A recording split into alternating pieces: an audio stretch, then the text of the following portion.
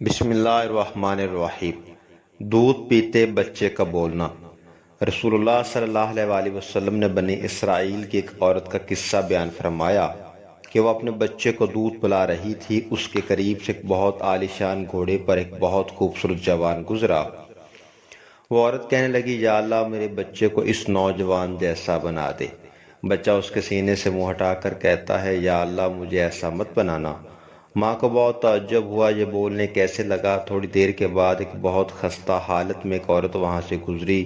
اس کو لوگ بہت ذلت کے ساتھ لے کر جا رہے تھے۔ بچے اسے پتھر مار رہے تھے، لوگ اسے برا بھلا کہہ رہے تھے۔ کوئی اس پر بدکاری کا الزام لگا رہا تھا تو کوئی اس پر چوری کرنے کی تہمت بھی لگا رہا تھا۔ اس عورت نے کہا کہ یا اللہ تعالیٰ میرے بیٹے کو ایسا مت بنائیو۔ وہ بچہ پھر سینے سے منہ ہٹا کر کہتا ہے، یا اللہ مجھے ایسا ہی بنانا۔ ماں بہت حیران ہوئی کہ یہ کیا قصہ ہے کہ یہ ابھی سے کیسے بولنے لگا، اور بولا بھی تو اپنے فائدے کے خلاف بولا۔ اب اللہ تعالیٰ نے اس بچے سے تقریر کروائی۔ اس نے کہا، وہ شخص جو پہلے گزرا اس میں حسن و جمال ہے، کمال ہے، جوانی ہے، مالدار ہے، سبھی کچھ ہے، مگر وہ ظالم ہے، کسی کو قتل کرنے کے لیے جا رہا ہے۔ یا اللہ جب میں بڑا ہوں تو مجھے ظالم نہ بنائیو۔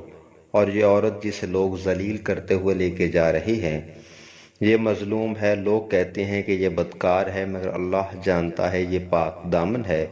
لوگ کہتے ہیں کہ اس نے چوری کی ہے، مگر اللہ جانتا ہے کہ یہ کبھی ایسی خیانت نہیں کرتی۔ یا اللہ مجھے ایسی عزت نہیں چاہیے جو تیری نظر میں ذلت ہو۔ بالکل بھائیو، اس بات میں ہمیں یہ سبق حاصل ہوتا ہے کہ اللہ تعالیٰ ہم کو ایسی عزت دے جو حقیقت میں اللہ تعالیٰ کی نظر میں بھی عزت ہو۔